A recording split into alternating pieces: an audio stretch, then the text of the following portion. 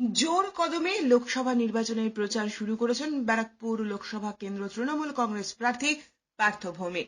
আজ নৈহাটি ঐকতান ভবনে হকার ব্যবসায়ীদের নিয়ে এক ঘরোয়া আলোচনার ডাক দিয়েছিল তৃণমূল প্রার্থী। সেখানে উপস্থিত ছিলেন নৈহাটি পুরসভার চেয়ারম্যান অশোক চট্টোপাধ্যায়, শহর তৃণমূলের সভাপতি সনদ দে এবং অন্যান্য তৃণমূল নেতাকর্মীরা। তৃণমূল প্রার্থী পার্থ ভৌমিক বলেন, ব্যারাকপুরের মানুষ গুন্ডারাজের বিরুদ্ধে রায় দেবে। ব্যারাকপুরের মানুষ কোনোদিন কোনো নীতিহীন, আদর্শহীন মানুষকে পছন্দ করে না। এবারের নির্বাচনে ব্যারাকপুরের মানুষের একমাত্র এজেন্ডা গুন্ডারাজকে খতম করে দেওয়া। এই গুন্ডারাজের অবসান হয়ে যাবে 4 জুন। ব্যারাকপুরের মানুষ গুন্ডারাজের বিরুদ্ধে রায় দেবে।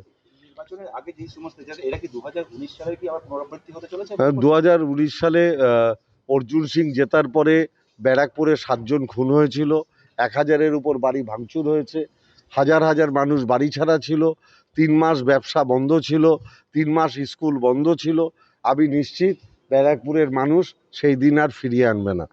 আর ব্যারাকপুরের মানুষ কখনো, যেহেতু ব্যারাকপুর সুরেন্দ্রনাথ বন্দ্যোপাধ্যায়ের জন্ম, ব্যারাকপুরে বঙ্কিমচন্দ্র চট্টোপাধ্যায়ের জন্ম, ব্যারাকপুরে মঙ্গল পাণ্ডের স্মৃতি বিজড়িত ব্যারাকপুর, যাদের মধ্যে স্বাধীনতার ইতিহাস আছে, তারা কখনো আদর্শহীন, নীতিহীন কোনো মানুষকে পছন্দ করে না। যে আজকে এ দল, কাল ও দল, শুধু নিজের স্বার্থে, শুধুমাত্র নিজের স্বার্থে, যাকে আমাদের নেতা সৌরভ সিং বলছে পাল্টু রাম, সে পাল্টু রামকে ব্যারাকপুরের মানুষ বিশ্বাস করবে না।